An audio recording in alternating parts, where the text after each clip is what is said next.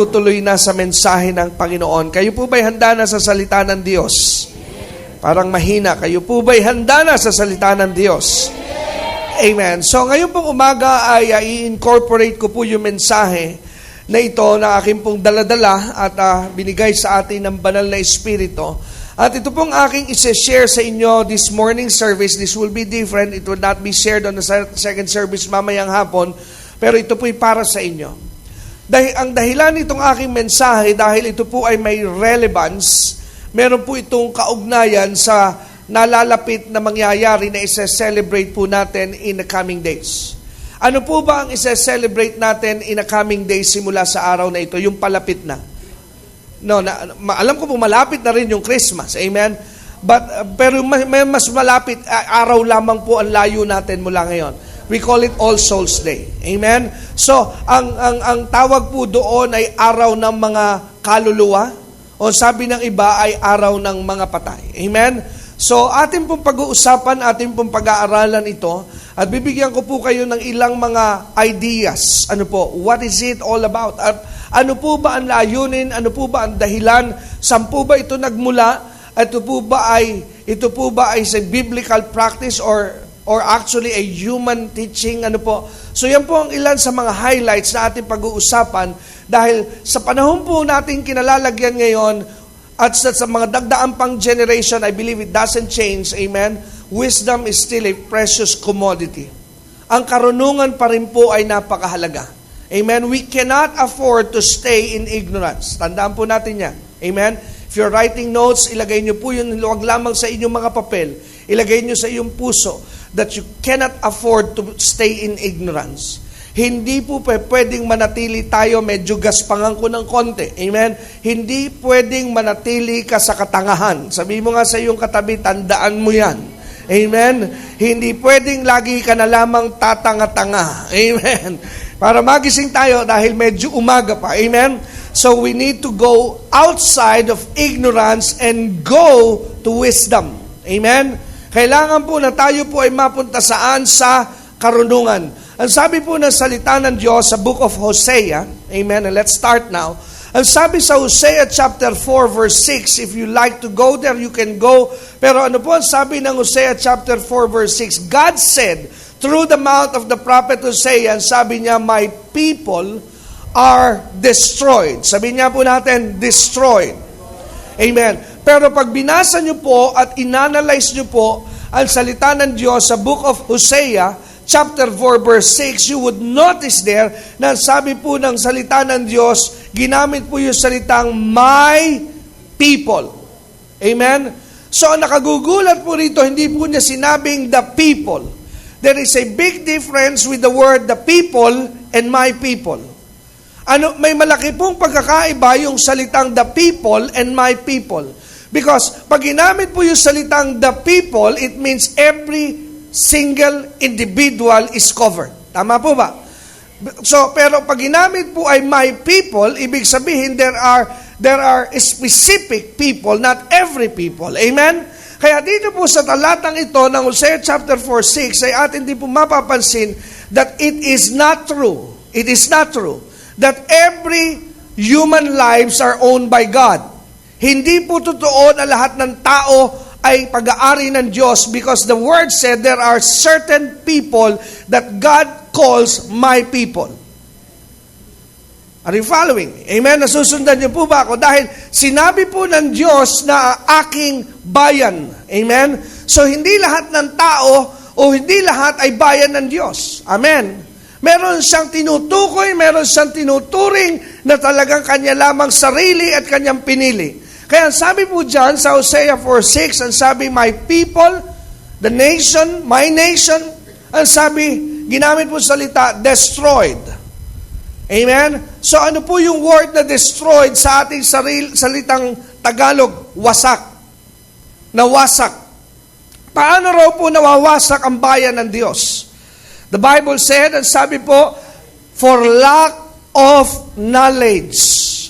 Amen? So ano po ang nagiging dahilan ng pagkawasak ng bayan ng Diyos? Kaya may nagbago po dahil sa ating pong panahon, we are no longer just the people of God, but we are the child of God. Amen? Tayo po ngayon ay mga anak ng Diyos. Pero I believe the same principle is still true today, na ang pagiging pagkakapahamak ng anak ng Diyos kahit sa makabagong panahon ay iisa pa rin po ang dahilan. What is it? Lack of knowledge. Amen? Kakulangan ng karunungan. Kaya ngayon po ay tayo po ay mag-i-invest. Amen? Remember, when you are studying the Word, when you are listening to the Word of God, you are not wasting your time. In fact, sabi nga po sa isang Bible study na ginaganap natin dito sa church, when you choose to study the Word of God, you are not wasting time, but you are investing to your soul. Amen? Pag nag-aaral ka po ng salita ng Diyos, hindi ka po nagsasayang ng panahon, hindi ka nagsasayang ng pera, hindi ka nag-aaksaya ng oras, kundi ikaw po ay nag-i-invest sa iyong kaluluwa. Amen? What is an investment? Yung po salitang investment, hindi po yan popular sa marami pong tao.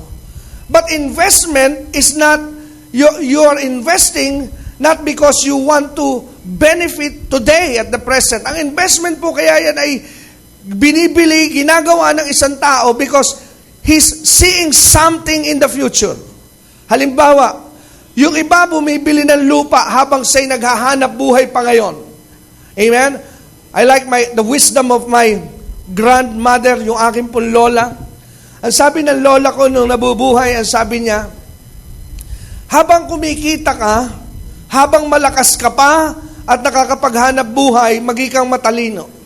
Nagugat po ang lahat dahil minsan ay nagkaroon na ako ng kamalayan sa aking pong lahi, at ang sabi ko, Lola, ang sabi ko, tayo pala'y may dugong mga Ilocano. Meron ba mga Ilocano rito?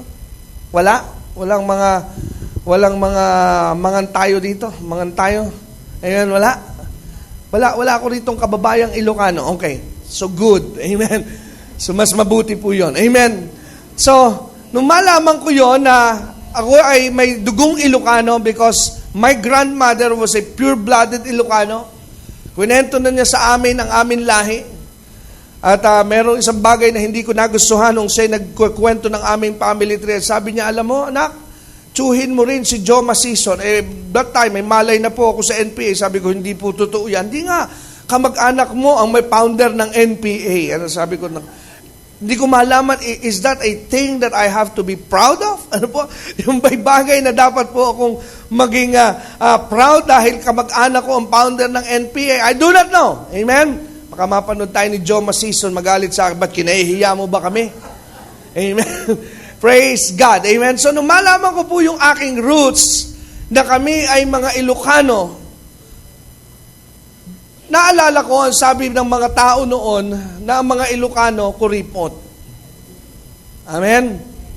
Ang mga Ilocano daw, kuripot. Lagi daw tikom ang palad. Ayaw magbigay. Sabi ko noon, dahil ako'y bata, sabi ko sa lola ko, Lola, di kaya pala tayo mga kuripot. Naghalit ang lola ko at sabi sa akin nung nabubuhay pa siya, sabi niya, alam mo bata, ang sabi niya, nais kong ituwid ang iyong pananaw. Ang mga Ilocano ay hindi kuripot, marunong lamang sa pera. Hello? Ang sabi niya, ang mga Ilocano ay hindi kuripot, marunong lamang sa pera dahil inilalagay namin ang pera sa tamang dapat kalagyan. Kaya sabi niya, isa sa halimbawa, habang malakas ka pa kumikita, bumibili kami ng mga lupa, bumibili kami ng mga properties nung panahon yun na hindi nagdi-devalue. Kaya sabi ng lola ko, marami kayong lupain dahil ang aking pananaw, darating ang panahon, kakailanganin nyo ang mga lupa para meron kayong mga pagtirikan ng bahay, meron kayong mga pakinabangan na property. Pero ang totoo, habang binibili yon, at the moment, hindi mo makuha kung bakit mo binibili. Pero ang tawag po doon ay investment. Hello? You are investing. The reason why you are investing it, you might not need it today, but you will surely need it in the coming days.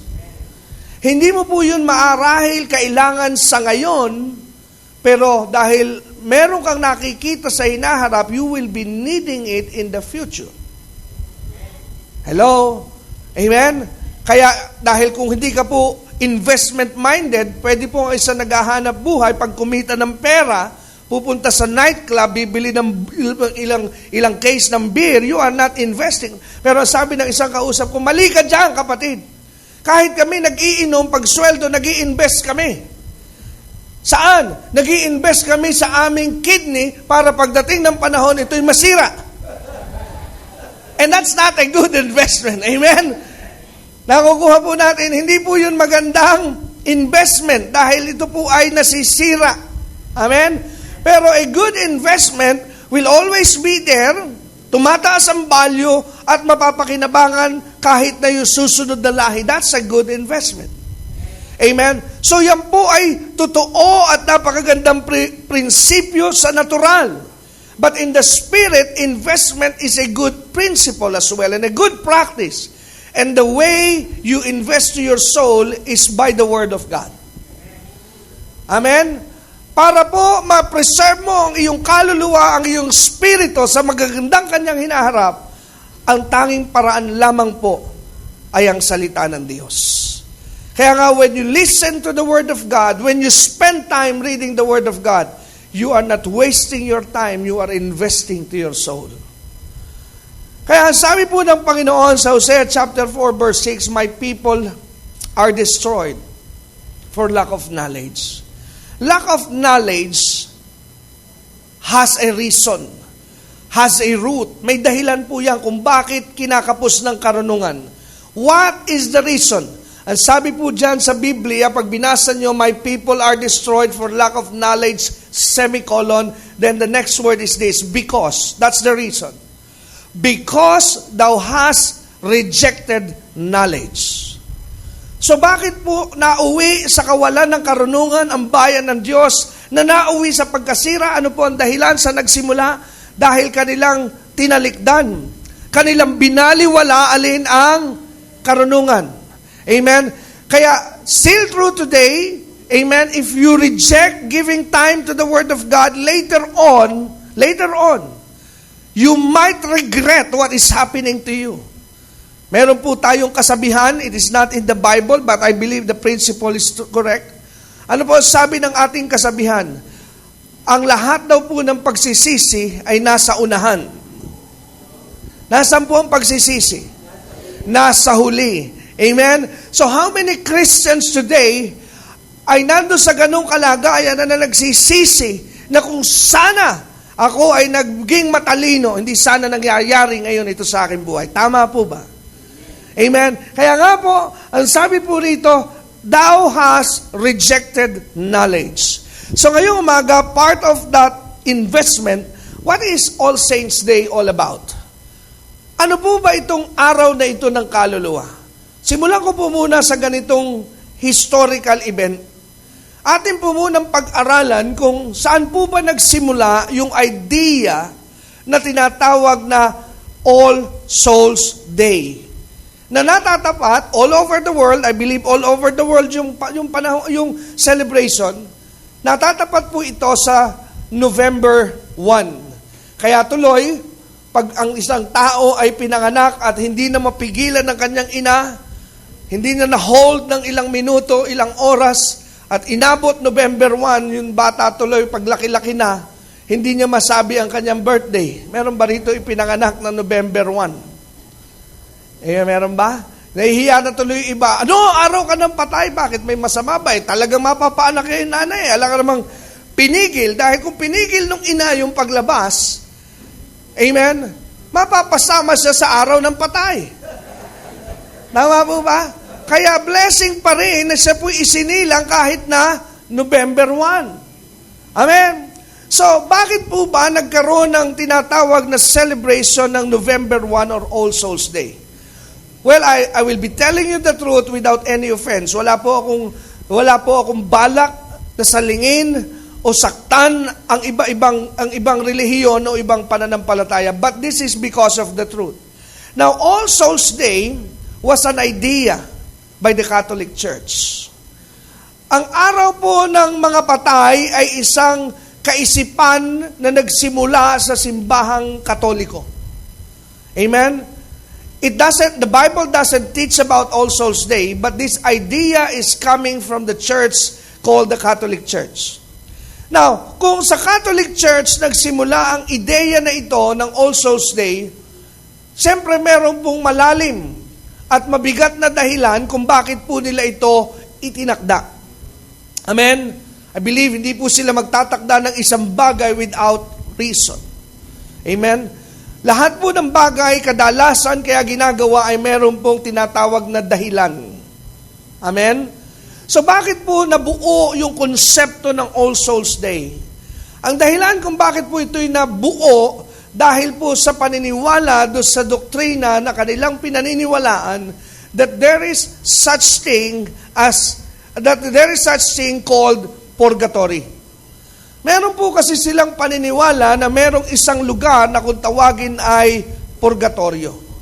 Now, I will not talk more about purgatory, but I will just speak in general. Ano po ba yung dominant belief dito po sa tinatawag na purgatorio? Ito kasi purgatorio yung paniniwala that once a person died, which everybody will die, amen? Pag ang isa pong tao ay namatay, at ang katotohanan, lahat tayo mamamatay. In fact, sabihan mo ngayong katabi, sabihin mo, alam mo ba, I have a good news. Sige, sabihin mo, meron akong magandang balita para sa'yo. Mamamatay ka rin. Hello? And that's true. Amen?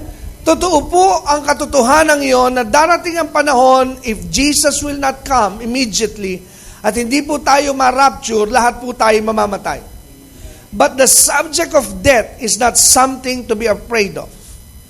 Ang usapin ng kamatayan ay bagay na hindi dapat katakutan. Amen? Ulitin ko po. Ang usapin ng kamatayan ay bagay na hindi dapat katakutan. May mga tao na pag sinabihan mong mamamatay ka rin, sabi niyo, huwag mong sabihin niya, knock on wood. Amen? Kumatok ka sa kahoy. Amen? At di ko maintindihan na sabi ko, bakit kakatok sa kahoy? What is the essence of the wood? Ano po? Ano kaya ang koneksyon ng kahoy do sa aking sinabing mamamatay? Para bang ang pagkatok sa kahoy ay paraan para ma-exempt ang isang tao para hindi mamatay? No, that's not true. That's a lie. Everybody, every one of us, one day will end. Amen? Pero hindi po dapat katakutan ang issue na ito na kamatayan if only you know what it is. Ang tao'y takot sa kamatayan dahil hindi niya alam kung ano ito. At ang isang dahilan kung bakit siya natatakot is because there is uncertainties. Meron po siyang somewhere, somehow sa kanyang puso, he or she is unsure sa kanya pong patutunguhan pagkatapos ng kamatayan dito sa ibabaw ng lupa. Ako po'y naniniwala na kung hindi totoo ang buhay sa kabila, then you will never ever feel of fearing death kung wala pong buhay sa kabila.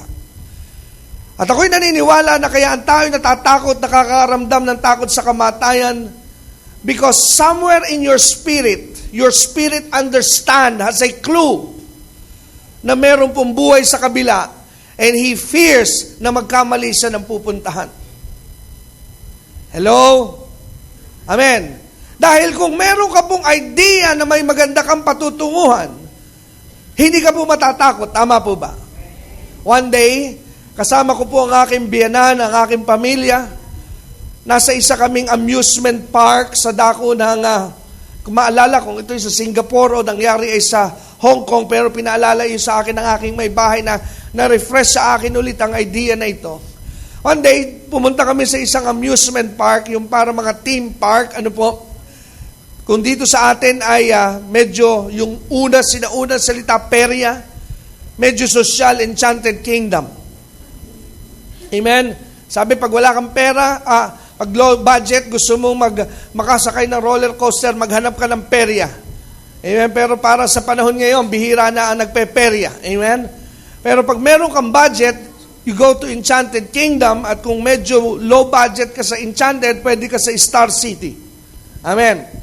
So, sa isang bansa na aming pinuntahan, meron isang theme park na napakaganda nung ride sa aking pananaw, pero habang pinanonood ko yung mga tao, kasi parang inihagis pataas, biglang babagsak, talaga yung adrenaline rush, talaga makikita mo yung mga buhok, nagtataasan, nagtitilian, dahil mukhang talagang kakaiba yung mararamdaman.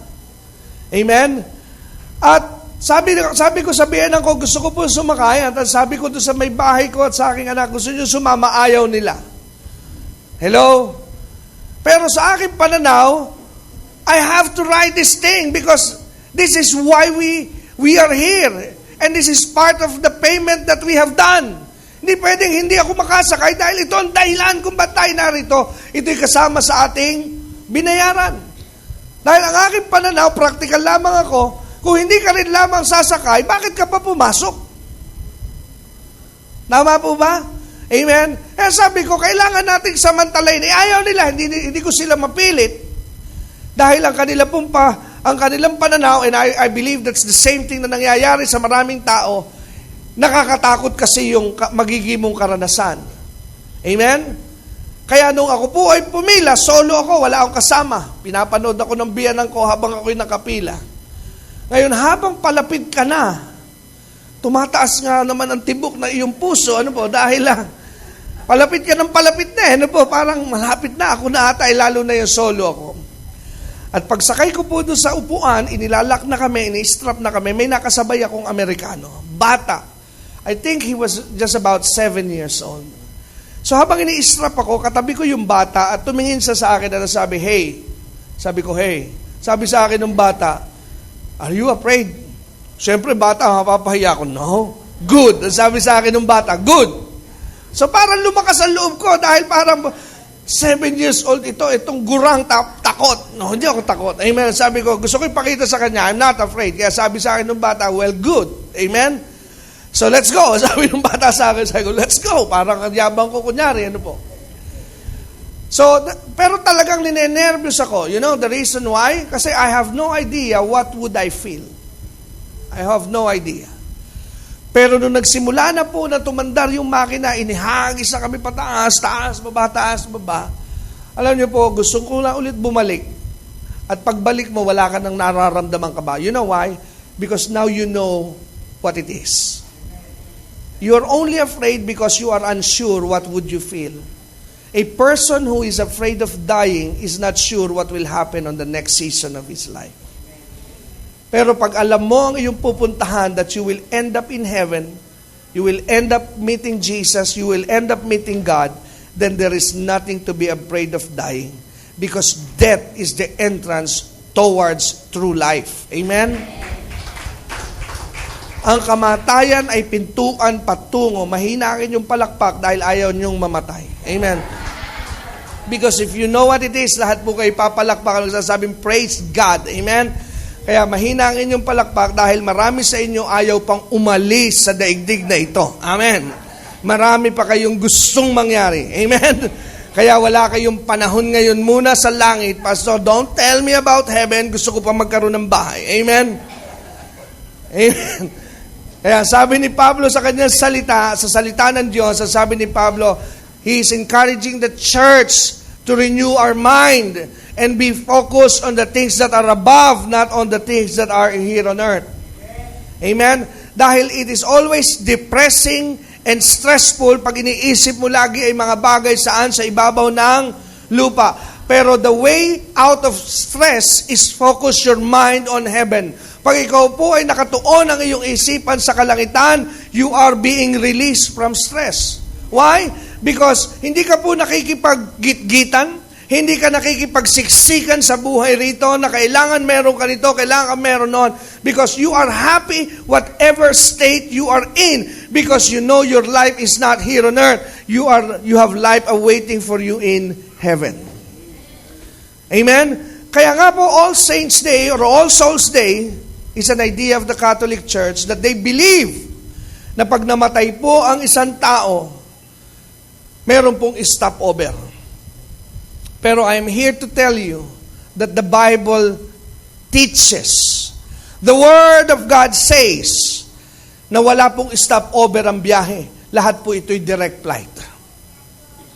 Amen? So pag ang tao po ay namatay, wala po siyang stopover na pupunta muna sa isang lugar para maghintay ng sentensya. At pagka nakatanggap ng sentensya, doon pa lamang mangyayari ang tinatawag na kahatulan kung sabay palangit o pa impyerno. No, the Bible teaches that once a person die, judgment has already been done. Amen? Naihatol na po ang sentensya kung saan pupunta ang tao. If a person, while he was alive, received Jesus and loved the Lord and accept Jesus as his personal Lord and Savior, pag namatay yung taong yon, when he closes his eyes and he wakes up again, he will be in heaven. Pero pag ang isang tao ay nabuhay sa ibabaw ng lupa na hindi tinanggap, hindi kinilala ang Panginoong Jesucristo, when you die, you will end up in hell. Kaya wala pong katotohanan yung tinutukoy na purgatorio. Kaya nagkaroon ng All Souls Day is because of the purgatory thing. Dahil ang paniwala ay ang tao pag namatay na iipon muna sa purgatorio. At para po siya ay makapasok sa langit, kailangan yung mga naiwanan na buhay ay manalangin. Amen? Ipanalangin sila para sila'y kaawaan ng Diyos, para imbis na sila ay mapunta sa impyerno, sila ay papasukin saan? Sa kalangitan. And that is not true. Because according to the Bible, in the book of Romans, salvation is done while you are alive. Ang kaligtasan ay nagaganap habang buhay, hindi habang patay. Kaya sabi po sa Romans chapter 10, tingnan po natin sandali. Ang sabi po sa Romans chapter 10, I believe it's in verse 9, para po makita ninyo, I want to see it for yourself. Ang sinasabi ng salita ng Diyos ay ganito. Ang sabi ni Paul sa Romans chapter 10 verse 9, that if thou shalt confess with thy mouth. So ano raw po, sabi pag ipinahayag ng iyong labi, ang alin ang ipapahayag? The Lord Jesus, na si Jesus ay Panginoon, and believe in thine heart, pinaniwalaan mo siya sa iyong puso, na ang Diyos, si Jesus ay binuhay ng Diyos mula sa mga patay. Ano ang resulta? Ano po ang resulta? Ang sabi ng Roma 10:9, pag ipinahayag ng iyong labi na si Jesus ay Panginoon at pinaniwalaan ng iyong puso na si Jesus ay binuhay ng Diyos mula sa mga patay, ano raw po ang magiging resulta sa buhay ng isang tao? Ang sabi ng verse 9, ang sabi po, then the Bible says you are saved. Amen? Ikaw po ay maliligtas. It doesn't say there that you have to be a member of a church. Wala po dyan sinabi na kailangan magmiyembro ka ng isang simbahan, maging miyembro ka ng isang relihiyon. No, sabi, confess with your mouth, believe in your heart. Amen? At ang sabi po ng Biblia, ang resulta ay kaligtasan. Now, think about this. Pag-isipan po nating mabuti. If there is salvation after life, kung totoo na may kaligtasan pa pagkatapos ng buhay sa ibabaw ng lupa, I don't believe that a dead person can still confess Jesus with his mouth. Amen? Amen? Kahit po tayo ay magkaroon ng argumento at pagtatalo rito ng debate, hindi po ako naniniwala na ang isang patay ay makapagpapahayag pa gamit ang kanyang labi. Masama po ang pumusta. Pero kahit pagpustahan po tayo na sunugan ng bahay, lalaban ako pag napagsalita mo po ang patay. Pero hindi ko po sinasabing tayo magpustahan. I'm just exaggerating the thing. A person who is dead cannot open his mouth. Tama po ba? Hindi na kailanman nakapagbubukas pa ng labi ang isang patay. Eh, ang kondisyon ng kaligtasan, una, kailangan ipahayag ng labi. At pangalawa, paniwalaan ng puso. Paano pa makapaniniwala ang isang patay? Hello? Amen. How can a dead person still has the capability to believe he is already dead? Amen? Patay na po siya. Paano pa siya makakapaniwala? So, ibig sabihin, pag namatay ang tao, you are already denied. Denied of an opportunity to be saved. Because the opportunity that God had given a person to be saved is not when he is dead, but when he is alive. Ang pagkakataon ay binibigay ng Diyos sa tao para maligtas ay hindi pag siya'y namatay, kundi habang siya ay buhay. Amen? Dahil ang kamatayan po ay senyales na tapos na ang pagkakataon ay binigay sa iyo. One day, naisip ko ang ganitong kasabihan. Sabi nila, bakit daw ang mga masamang damo matagal mamatay? Yung mga iba na mahina ang isipan, sabi nila mas mabuti pa masama, mahaba ang buhay. Samantala pag nagpakabait ka, maaga ka namamatay. Kaya pag hindi mo alam ang katotohanan, kaiinggitan mo masama. Pero ang totoo ganito. Kaya po mahaba ang buhay ng masama dahil pinagbibigyan sila ng Diyos na magbago. Dahil kung maaga mamamatay ang masama, shoot ka agad Diyos sa impyerno eh. Pero doon mo makikita ang grasya ng Diyos. Doon mo makikita ang haba ng habag ng Diyos na ang mga masasama ay binibigyan ng mahabang pagkakataon para sila'y makapag-isip at makapagbagong buhay. Kasi ang mga taong maagang nagbalik loob sa Diyos, alam ng Diyos, sigurado kang palangit ka eh.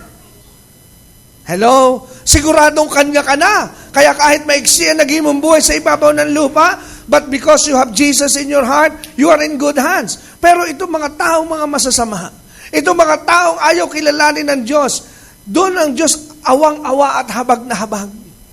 Amen? Kaya nga sabi po ng Panginoon, I did not come to the world to call the righteous to repentance, but I came to the world to call the sinners to repentance. Amen? Sino raw po ba nangangailangan ng tagapagligtas? Sabi niya, sino nangangailangan ng manggagamot? Ang mga malalakas o ang mga may sakit? Sino nangangailangan ng kaligtasan? Ang mga ligtas o ang mga hindi ligtas? Amen? Kaya mahal na mahal ng Diyos sa mga makasalanan and giving them time. Ang haba ng panahon ay binibigay sa kanila ng Panginoon. Kaya it is not true that there is still salvation after this life. Kaya yung konsepto ng All Souls Day ay upang ipanalangin ang mga kaluluwa para makapasok saan? Sa langit. That's the concept of that. Yun ang idea kung bakit po merong All Souls Day. Ayun, prior to the celebration of All Souls Day, 31 or the 31st, meron po mga nagiging celebration ng Halloween. Tama po ba? Kaya may mga Halloween costumes, may mga trick or treat kung tawagin. Usong-uso na ngayon yan. Amen? Na mga bata magko-costume ng kung ano-ano. Bibigyan ng basket, kakatok sa mga bahay, trick or treat, bigyan mo ng candy. Amen? Nakikita niyo po yun ngayon sa ating kapanahonan. But back in the days, noong mga unang panahon na nagsisimula ang celebration ng All Souls Day, Halloween is a belief. Ang Halloween po kasi ay isang paniniwala dahil on the next day, All Souls Day, November 1, mananalangin ang marami para sa kaluluwa ng mga departed, na mga namatay. Yung Halloween, on the eve of 31st, may paniwala sila kasi nung una na naipasa ngayon yung kultura tradisyon na sa gabi ng 31 bago sumapit ang 31 na mananalangin ng mga tao, the witches, the evil spirits, the bad spirits will come. Amen? Darating sila at sila'y magkakaroon ng simultaneous din na panggugulo para guluhin ang mga mananalangin. Saan? Kinabukasan. Kaya para po mapigilan yon, meron po mga matatanda nung araw na mga walang hanap buhay, lalo na mga mahihirap, kakatok sila sa mga bahay. That was the trick or treat before. Actually, the original trick or treat, hindi po mga bata ang kumakatok sa bahay. Mga matatandang mahihirap. Bakit kumakatok sila sa mga bahay? Ewan ko, yung mga matatanda rito, wag po kayong magmaang-maangan, alam niyo ito sasabihin ko. Sa kanila galing yung salitang nangangaluluwa po. Naririnig niyo yun nung araw? Kakatok ang mga mahihirap sa pintuan, sasabihin, nangangaluluwa po, bibigyan mo yun ng pera dahil yung mahirap na yon ay magbo-volunteer para sila ang mag-pray para sa iyong mga namatay. So it's a business. Yun yung original na trick or treat. Hindi po mabigay ng candy. Yung trick or treat is designed para yung mga mahihirap ay kumatok upang sila mag-volunteer na kami na lang po ang magpe-pray kung wala kayong panahon, but pay us. Kaya sabi ko, kung ganun din lamang ang kaligtasan, bakit pa tayo magpapakabuti ngayon? Think about that, friends. Di ibilin mo na lamang sa iyong mahal sa buhay na pag ako'y namatay, ito budget, meron na ako'y tinago dyan, ipagpapanalangin mo ako, okay? Huwag mong gagalawin yan. Nakadeposito yan para sa panalangin. Ha? Amen? Gagalawin lamang yan pag namatay ako dahil kailangan may pambayad ka para ako'y maligtas. Now, you cannot pay for your salvation because the only payment for salvation is Jesus. Amen? Hindi mo pwedeng bayaran ang iyong kaligtasan because your soul is so precious and there is no amount of money na pwede pong itumbas sa iyong kaluluwa. Kaya ang pinambayad dyan ay si Jesus. Amen? Kaya yun po ang orihinal na konsepto ng tinatawag na araw ng mga patay. It was designed para po manalangin saan? Sa Diyos para sa mga patay. At doon din kung minsan nangyayari na kinakausap ang mga patay. Kaya nga po, the reason why I'm sharing you this kind of message is for us to be one. It is not right, the Bible totally disagree, that we talk to the dead ones or dead relatives that we have. Bawal po na makipag-usap. The Bible calls it as a necromancy. Now, I'll give you a verse. The word necromancy, if you go to your dictionary, simply means the practice of talking to the dead. Yung salitang necromancy, ang ibig lamang po sabihin ito ay nakikipag-usap sa mga namatay. Is God okay with you talking to the dead? Now, go to the book of Deuteronomy chapter 18. Basahin po natin sa Deuteronomy 18 verse 9. Let's read from verse 9 to 12, Deuteronomy 18. Let's go to the King James. Ang sabi po ng verse 9, God now is talking here. He's speaking directly to the nation of Israel. What's the word? Ang sabi, when thou art come into the land which the Lord thy God giveth thee. Sa Tagalog, pag nakarating na kayo sa lupain na sa inyo'y binagkaloob ni Yahweh, ang sabi rito, thou shalt not learn to do after the abomination of those nations. Because this time, nung panahon pong ito, ay galing ang Israel sa mga bansa na gaya ng Egypt. They were slaves. At ang sabi ng Panginoon, gusto ko ngayon na kayo binibigyan ko na ng tinatawag na bagong lupain. Ayaw ko na dadalhin ninyo. Ayaw ko na gagawin pa rin ninyo yung inyong mga natutunan na mga kinamumuhian ko na ginagawa ng ibang bansa. Amen? Meaning to say, parang ganito po yung transition sa ating panahon. God doesn't want us. Once He saved us, He doesn't want us to practice the things that we do when we were yet sinners. Amen? The principle is still there. Hindi po nais ng Diyos na matapos na tayo maligtas and then naligtas ka, God saved you through Jesus, then still you are doing crazy things. That's not right. Hello? Naligtas ka, niligtas ka ng Panginoon, binili ka ng dugo ni Kristo, tapos ay tuloy ka pa rin sa party, tuloy ka pa rin sa pagna-nightclub, tuloy ka pa rin sa pangangalo niya. That's not right. Still, the principle still true today. God still hates that.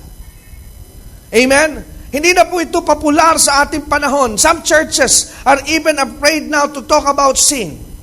Amen? But I'm not afraid to talk about sin because sin is still a problem today. Amen? Hindi po dapat katakutan na pag-usapan ng kasalanan dahil hanggang ngayon ang kasalanan ay problema. But the good news today is there is a cure for sin and the cure is Jesus.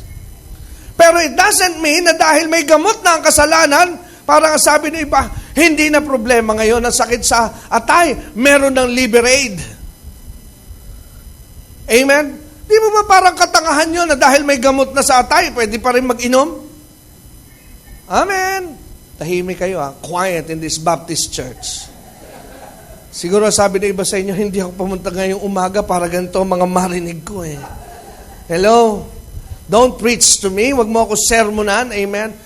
Pero lagi ko po sinasabi, if you went to church and your life is not challenged, then you went to a wrong church. Hello? Pag ikaw ay pumunta sa simbahan sa araw ng linggo at hindi na challenge ang buhay mo, challenge to change, challenge to do more, then you went to the wrong church. Hello? Nagkamali ka ng simbahang napuntahan. Now, if you are being challenged, amen, to leave your comfort zone and to do more, amen, then you went to church. Amen? Kaya ang sabi po rito, ayaw ng Panginoon na i-adapt pa rin ng mga Israelita yung mga ginawa at natutunan nila doon sa kanilang lupain pinanggalingan. Let's proceed. Verse 10. Now, sabi sa verse 10, Deuteronomy 18, then there shall not be found, ang sabi ng Diyos, among you anyone that maketh his son or his daughter to pass through the fire. Because it's a practice before sa mga ibang bansa na ginagawa nila yung tumatawid sa mga apoy or used divination, yung mga manghuhula. Amen? Gumagawa ng panghuhula. So, galit po ba ang Diyos sa panghuhula? You can read it for yourself. Amen? Ang sabi, or that useth divination, or an observer of times. Ano po yung observer of times? Amen. Can I disrupt your comfort zone? Observer of times. Siya po yun na nagbabasa ng mga Sagittarius. Ano kaya ang Sagittarius ngayon? Sabi, dadami ang benta ko ngayon. Swerte ako ngayon taon na ito dahil yun ang sabi ng aking zodiac sign. Well, God hates that. Hello? Kaya kung bumabasa ka pa rin ng iyong Sagittarius, Taurus, o naman, come on, get real, get up, wake up. God hates that. Hello? Amen? Hindi mo po dapat iniaasa ang iyong kinabukasan sa kalendaryo. Iasa mo ang iyong kinabukasan sa Diyos. Because if you put your trust in God, your future is always secure. Hello? Amen? Kaya sabi, observer of times. Yung iba, bumibili ng dyaryo. Hindi naman dyaryo ang binibili. Hinaabangan yung hula ni Madam Auring. Oh no, wala sila rito ngayon. Absent sila. Amen. Bumibili pa ng dyaryo. Amen. Observer of times. Ang sabi ron, or an enchanter. Ito po yung mga manggagaway, mga manggagamot. Last week, sama ko ang aking buong pamilya, may nagtanong sa akin, pastor, may nabalitaan ako sa Kalamba, sa Los Baños, nagpapagaling. Pero faith healer Pwede po ba yun? Dahil may nararamdaman siya. Sabi niya sa doktor, ang mahal. Doon magbibigay ka lang daw ng 80 pesos ata, o 800, gumagaling At sabi ko sa kanya, alam niyo po ang kagalingan, hindi lamang Diyos ang gumagawa ng kagalingan, kahit si Satanas po yung nagpapagaling. So, if we are basing our faith on healing, then we are prone for deception. Amen? Kaya iba'y nadadaya dahil akala nila, not every miracles are from God. Just remember that. Kaya nga po nagkaroon ng encounter si Moses sa Exodus, di ba sabi niya, ginawa ni Moses yung mga himala, ginokontra nga rin ng mga tauhan ni Paraon Nung ginawa yung mga tinatawag na palaka, nagtawag din si Paraon ng tagapagpaalis naman ng palaka. Pero isang bagay ang hindi na nagawa ng mga tauhan ni Paraon nung namatay ang mga panganay, hindi na niya mabuhay. Because that's the end of it. Because God is only the one who give life. Amen? Ang Diyos lamang ang nakapagbibigay po ng buhay. So sabi, enchanter or a witch, mga mangkukulam, God doesn't want them to practice that. Amen? Or a consulter, ito na po, with familiar spirits. Yung na tumatawag sa mga spirito like spirit of the glass. Amen? If you're still doing that, the spirit of the glass, yung Ouija board. Amen? Na pinagagalaw mo yung isang bagay para tumapat sa mga letra, tinatanong mo, sino ang pumatay kay Ninoy Aquino? Amen? Hindi pala si Marcos. Hallelujah. Praise God. Amen. So, ang sabi po rito, or a wizard. Amen. Or a wizard. Amen. Yung mga tinatawag, kaya I'm always wanting my children not to watch yung Harry Potter because I know that there's a spirit that is contained in that and I'm just protecting them not to be affected. Amen? So, kasunod, ang sabi, here we go, this is what we need. Ang sabi sa last word, necromancer. Ang necromancy ay pakikipag-usap saan? Sa mga patay. So God hates that. So don't go to the dead today and there you are sasabihin, Nay, narito po ako ngayon. Come on. The dead doesn't know that you are there. And God hates that thing. Ayaw po yun ng Diyos. Hindi po niya gusto na makita ka doon sa mga bagay na yun. Because if you go to verse 12, what is the stand of God? Ano po ang tayo ng Diyos sa bagay na mga ganon? For all that do these things.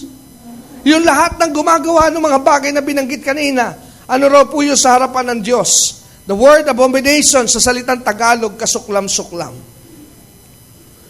Hello? Pero medyo mababaw, kinaiinisan ng Diyos ang mga gumagawa ng bagay na yon. Amen? And because this abominations the Lord thy God that drive thee out from the land before thee. Now, to end up, there is one example na dinemonstrate na nagalit po ang Diyos. One is found sa istorya po, but because this is too long, hindi ko na po, I will not even take time now to read kasi medyo mahaba po. 1 Samuel chapter 28, verse 1 to 25. Nandun yung buong story. I can just give you the scripture, the reference, pero kulang po tayo ng oras, but let me just give you anyway. 1 Samuel 28, beginning verse 1 to 25. Kung may panahon kayo mamaya, basahin niyo po yung istorya. Pero merong shorter version, isang summary na natala, na itinala, because the book of Chronicles, yung kronika sa inyong Biblia, talaan niya ng mga kasaysayan ng mga naging hari saan? Sa Israel. So pag binasa mo yung Chronicles, it's a book that is dedicated about the history of kings. Ang kanilang pagbagsak at ang kanilang kaharian. Kaya sa 1 Chronicles chapter 10, nandito po yung summary, mayroon po kasing nangyari na sinamarize na lang po rito yung naganap sa 1 Samuel 28 verse 1 to 25. Now go to 1 Chronicles chapter 10 para medyo mas mabilis. Ang sabi sa verse 13, tingnan po natin sa 1 Chronicles chapter 10 verse 13. Ang sabi ro sa verse 13, so Saul died for his transgression. Sino po ang pinag-uusapan? Si Haring Saul.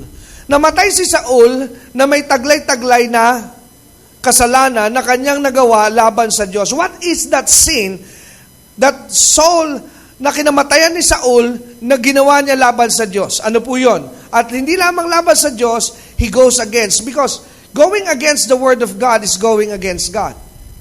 Hello? Pag hindi mo sinusunod ang salita ng Diyos, then you are not just going against His Word, but you are going against Him.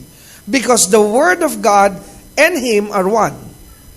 Kaya pag nakita mo sinabi ng Diyos, hindi niya gustong ginagawa mo ito, pero okay, hindi ako naniniwala, I will still do this. So you're not just disobeying the word, you are really coming against God.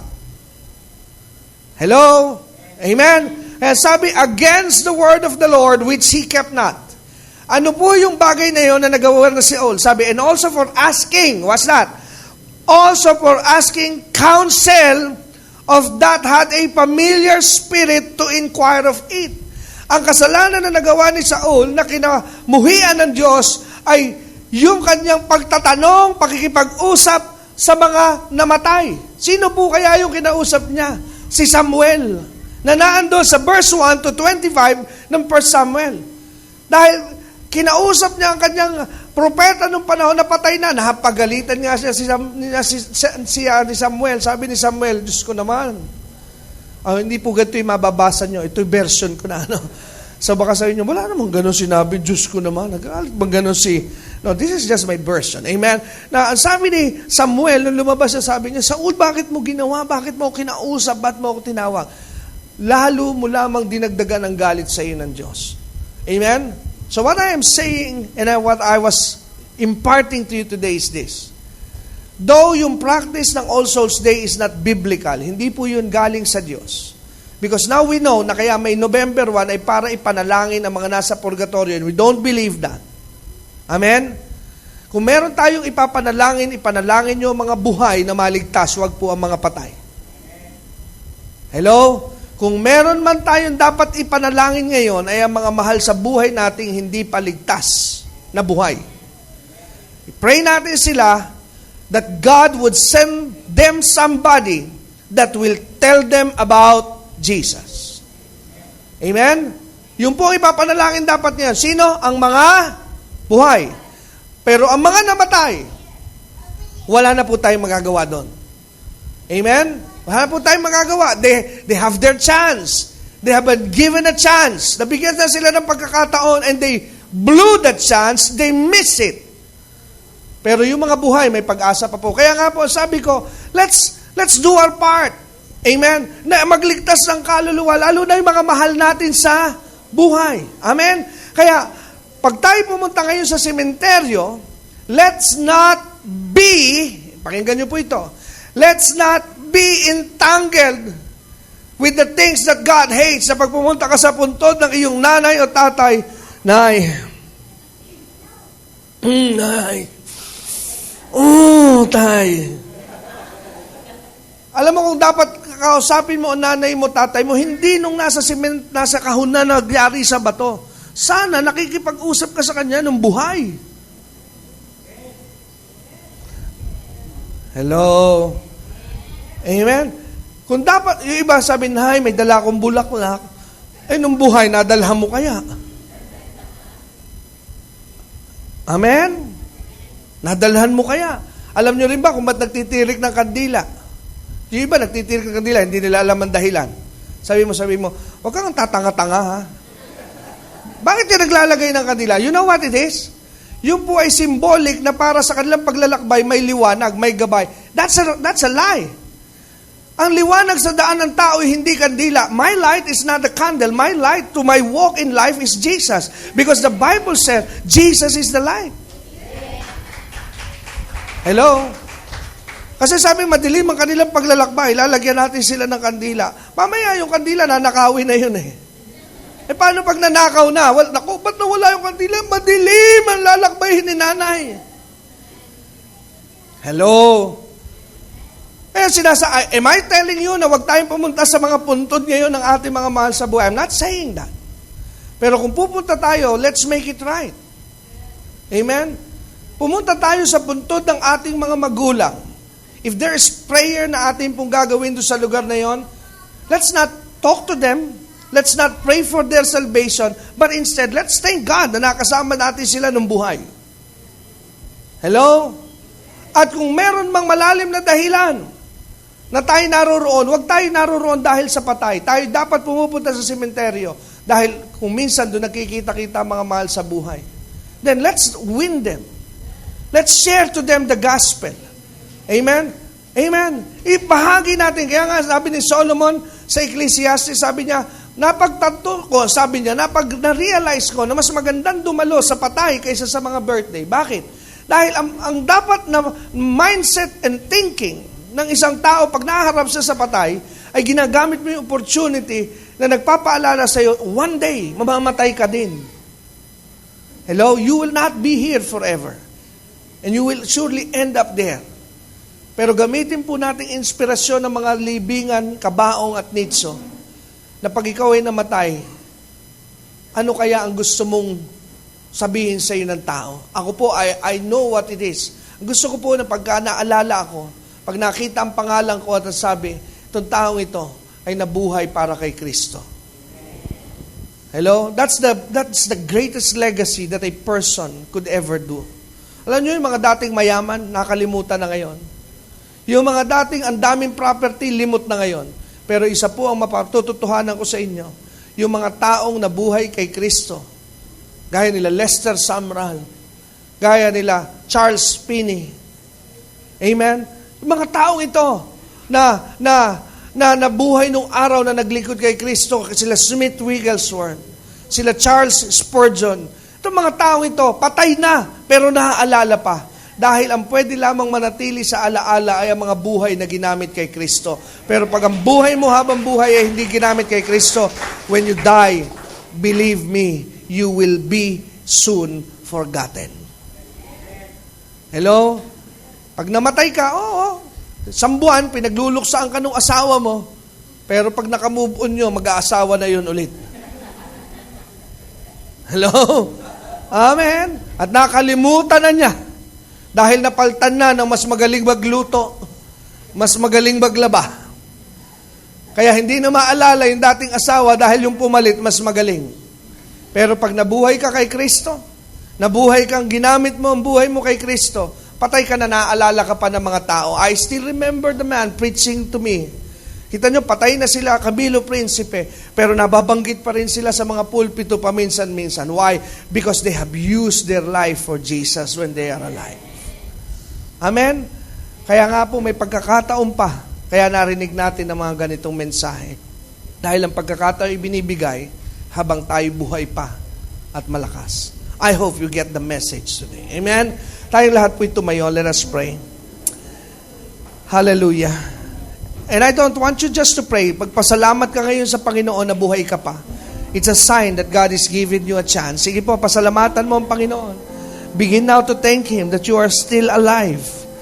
Grasya po yan. Buhay yan ay biyaya.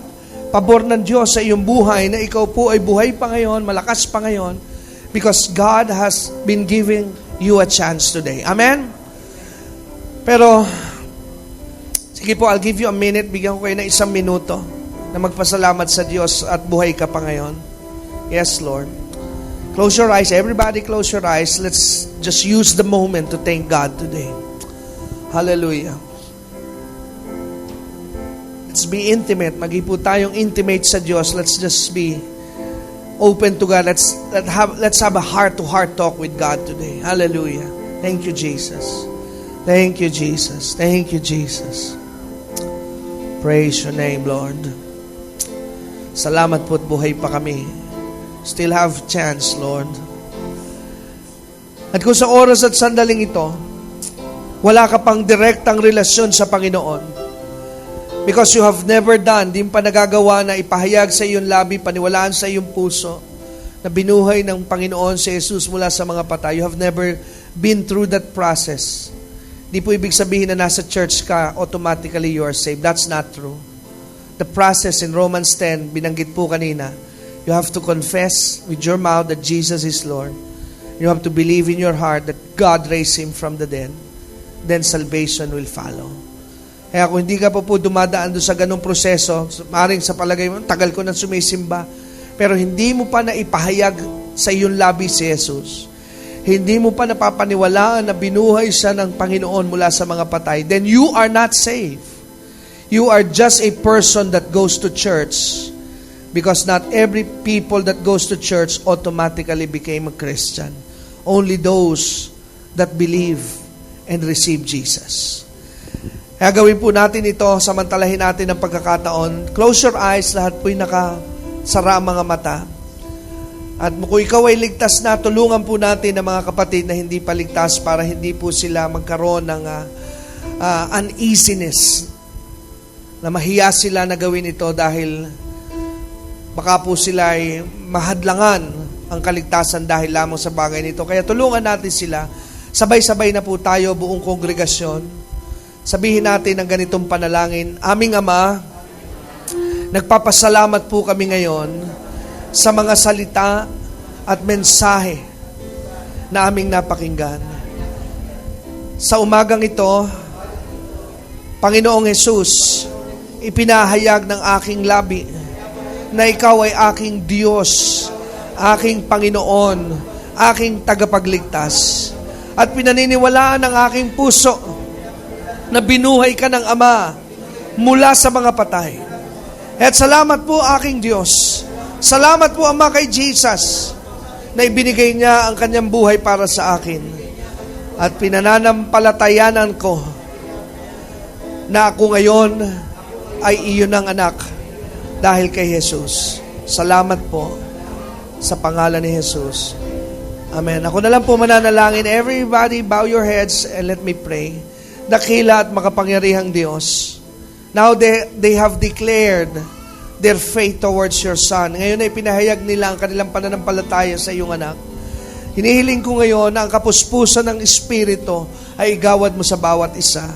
Puspusin mo sila ng kapangyarihan ng iyong Espiritu upang makaunawa na sila sa mga bagay na makalangit at mga bagay na spiritual. Tulungan mo po sila na maunawaan nila ang mga bagay na hiwaga pa sa kanila ng una. At hayaan mo na makilala nila ng lubusan ng iyong anak na si Jesus. Salamat po, Banal na Espiritu. Fill them now with your presence. In Jesus' name. Amen. Purihin ang Diyos. Tunay po na napakabuti ng ating Panginoon. Napakabuti po ng Diyos. Salamat po sa mensahe na ating pong napakinggan. Nawa po kayo na mga nakinig sa ating pong pagsasahimpapawid ng ating programa sa araw na ito ay napagpala. Dahil lagi pong sariwa ang mga kapahayagan ng ating pong Panginoon. Salamat po sa inyong pakikinig. Mga kapatid at mga minamahal, ako po ay lumalapit ngayon sa inyo na mga naabot ngayong araw na ito ng ating broadcast. Kung kayo po ay napagpala ng ating pagsasahimpapawid ng mensahe ngayong araw na ito, pwede po ba na mahilingan kayo na mag-text at malaman ko po kung paano nagiging biyaya at pagpapala po sa inyo ang ating pong programa. Ang numero po para po ating ma-text at pwede nyo rin po yung magamit para po sa inyong mga prayer request. Ang number po is 0922-820-9866. Ulitin ko po, 0922-820-9866. Yan po ang numero na ating pong pwedeng i-text kung saan ay ating pong maibabahagi ang ating mga testimony at prayer request. Mga kapatid, ang mensahe po at ang pagdadala ng salita ng Diyos ay walang bayad. Ngunit hindi ko na po papaligoy-liguyin, papaikot-ikutin pang, ngunit ang paraan at ang pagdadala ng salita ng Diyos, ito po'y nangangailangan ng tinatawag na tulong pinansyal. Kaya kung ang ministry pong ito ay malaki ang bahagi sa inyo, malaki po ang nagagawa, bakit po hindi mo subukang tumulong sa pamamagitan ng pinansyal na iyong kaloob? Dahil kung nagiging pong blessing sa inyo ministry, meron po rin tayong obligation. Hindi ko po sinasabing sinisingil ko po kayo, pero I would just like you to know that if you are being blessed by the ministry, it's time also for you to be a blessing to the ministry at sa mga iba't ibang mga tao rin po na naaabot at napapagpala ng ministeryong ito. Narito po ang paraan upang kayo po maging bahagi financially ng ating radio ministry.